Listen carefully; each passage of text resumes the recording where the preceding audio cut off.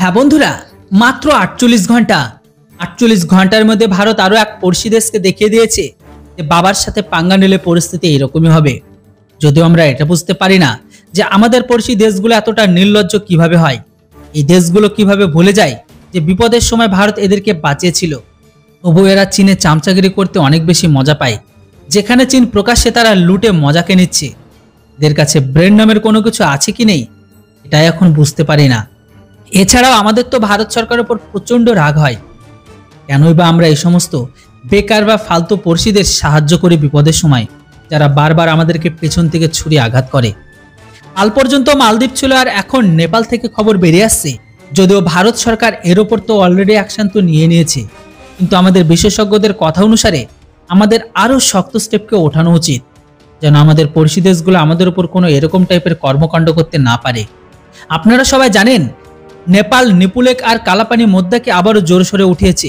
এখন নেপাল এই ব্যাপারটাকে তারা তাদের নতুন নোটেও দেখাতে চায়, কিন্তু বাস্তবটা দেখলে বুঝতে পারবেন নেপালের কাঠমান্ডু চালানোর পর্যন্ত পয়সা নেই তাদের কাছে। আর সেই নেপাল সরকার সেই এলাকাটিকে চায় যেখানে নেপাল ইনফ্রাস্ট্রাকচার সম্পর্কে ভাবতেও পারে না কখনো, তারপরে তারা আবার নিপুলেককে চায়।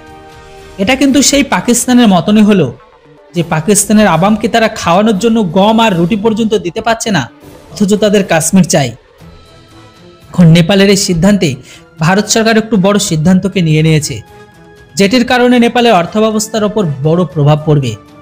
কিছু রিপোর্ট অনুসারে ভারত থেকে নেপালে যাওয়া ফ্লাইটগুলোর জন্য নিজেদের এয়ার স্পেসকে বন্ধ করার সিদ্ধান্ত নিয়েছে। এটির ফলে হবে এটাই যে যতগুলো ওয়েস্টার্ন ফ্লাইট ভারত থেকে নেপালে যায় তাদেরকে এখন সোজা থাইল্যান্ড বা চীন হয়ে যেতে হবে নেপালে, ইরান আফগানিস্তান হয়ে যেতে হবে নেপালে। এটিতে অনেক নেপালে যাওয়া বিদেশি ফ্লাইটগুলো পড়ে যাবে, কেননা লম্বা রাস্তা যাওয়ার সাথে সাথে সেটিতে খরচও কিন্তু অনেক বেড়ে যায়।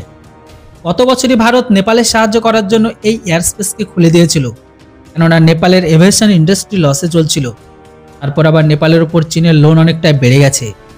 এদেরকে সাহায্য করার পরেও এই নেপাল ভারতের খেলাফ চীনের ইশারাতে নাচানাচি করছে, ভারতের এলাকাগুলোকে নিজেদের বলে লাফালাফি করছে যে নেপালের অবস্থা খারাপ শুধুমাত্র চীনের কারণে।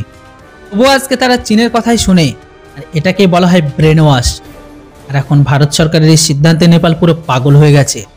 এখন যে জল মাথার উপর উঠে গেছে, তখন তারা ভারতকে পড়শি ধর্মের কথা শোনাচ্ছে।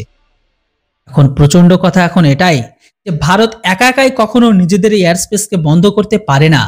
সেখানে ভারতের বক্তব্য যে নেপালও কখনো আমাদের এরিয়াকে নিজেদের বলতে পারে না, কেননা করিডোরের আগে নিপুলেক হোক বা কালাপানি এগুলো তো নেপালের নকশাতে ছিলই না, আর না নেপালের কোনো নোটে।